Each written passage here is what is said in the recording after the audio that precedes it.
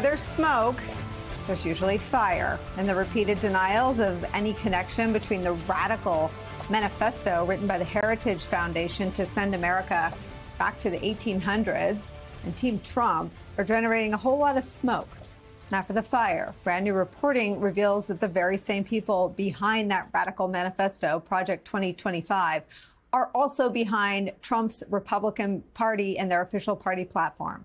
ABC News reports this, quote, in May, the Trump campaign and the RNC announced their platform committee leadership team, the senior officials tasked with drafting the Republican platform. And they named Russ Vought as the platform committee's policy director and Ed Martin as deputy policy director. Both have ties to Project 2025.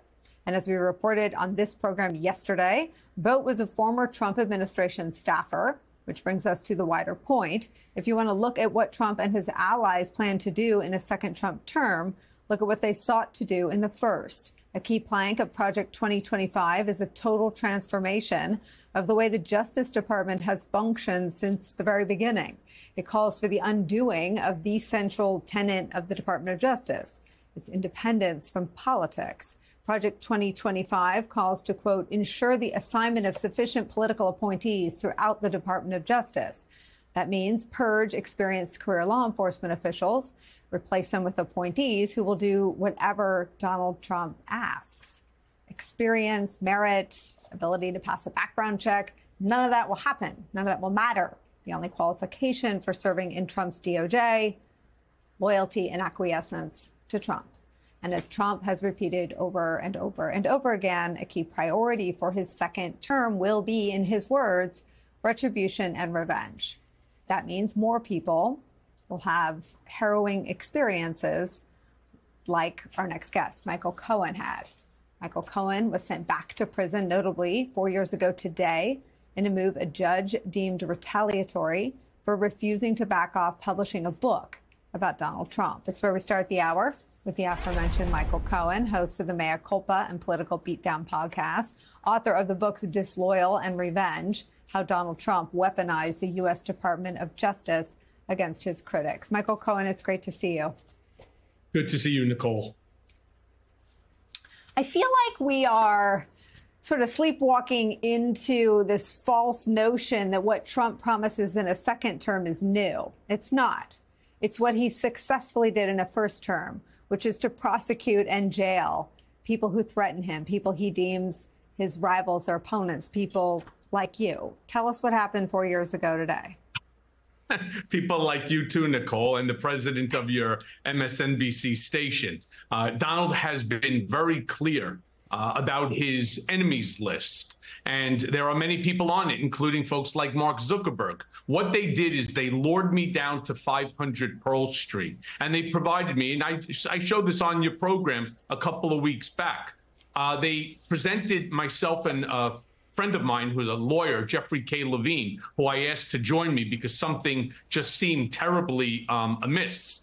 And they gave us this 2-page document that is filled with syntax and grammatical and spacing errors. And the very first paragraph is a complete and total violation of my First Amendment constitutional right, in that it prohibited me from speaking to the media, publishing a book, doing television, anything, including friends and family were supposed to be warned not to discuss anything to do with me because it would glamorize a federal inmate who is on confinement status. It was an absolute ridiculous paragraph, again, that was drafted for me. And how do we know this 2-page document was drafted for me? Because it does not contain a federal identifiable number to it, whereas the real one clearly does. Well, when I refused to sign it and asked that they tamp down the language because my book, Disloyal at the time, was already with the printer, what they did is instead they had a guy named Patrick McFarland, who's an RRM over at a residential reentry manager over at MDC Correctional Facility, sign a remand order, and they had me taken into custody by 3 marshals who handcuffed and shackled me. And I say this not in order to glamorize what happened to me, but really to send a message to the American people, something I've been yelling from the rooftops, from every single platform that I can, that my biggest fear is that what they did to me, they will do to you. Donald already has a blueprint of what he needs to do, and that's weaponizing the Department of Justice, weaponizing government, which he said he was also going to do. Every person that works in government will be working not for the United States government, but for him. And they will be required to sign a loyalty pledge to him, meaning there will be no opportunity to file, as I did through my other lawyer, Danya Perry, a habeas corpus petition that had me released from the 16-day solitary confinement, bringing it to a total of 51 days of solitary confinement. Nobody will have that option again if Donald Trump ends up in the White House.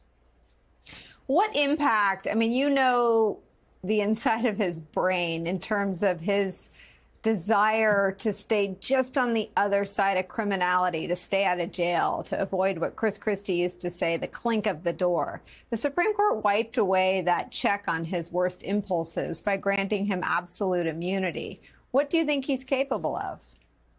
Absolutely anything and everything. You allow your mind to wander into the farthest level of dystopia, and then you will finally get a small glimpse into just how far that he will push this. Look, I want to be clear about this. What he did to me is absurd.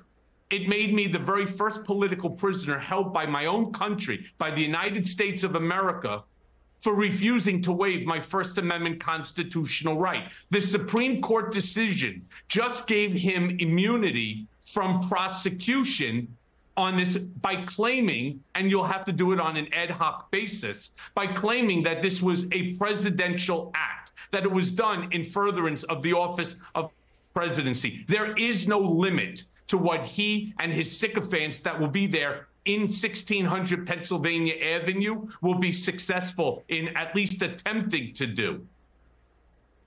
Michael, he's talked about a televised military tribunal for Liz Cheney. People laugh it off. What do you think when you hear that? I tell you not to laugh.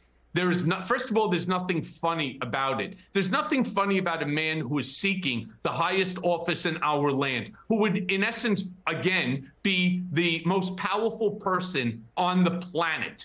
And he's talking about military tribunals. He's talking about public executions. He's talking about using SEAL Team 6 within which to go into round up his political enemies and opponents and in jail, incarcerate them the way that he wants them to do it. Now, in order to help to stop this sort of movement, tomorrow, in fact, in the morning, my lawyers are going to be filing a writ of certiorari to the Supreme Court of the United States in order to hear the case Michael Cohen versus United States of America. Because in that case, that's the habeas corpus petition that Judge Alvin K. Hellerstein deemed that the actions of Trump, the administration, Bill Barr, DOJ was retaliatory. I don't think people understand the term enough, and I don't think it gets enough play. Certainly not by this White House, that's the Biden White House. It was retaliatory by an evil and vindictive individual who will seek to do this again and again and again.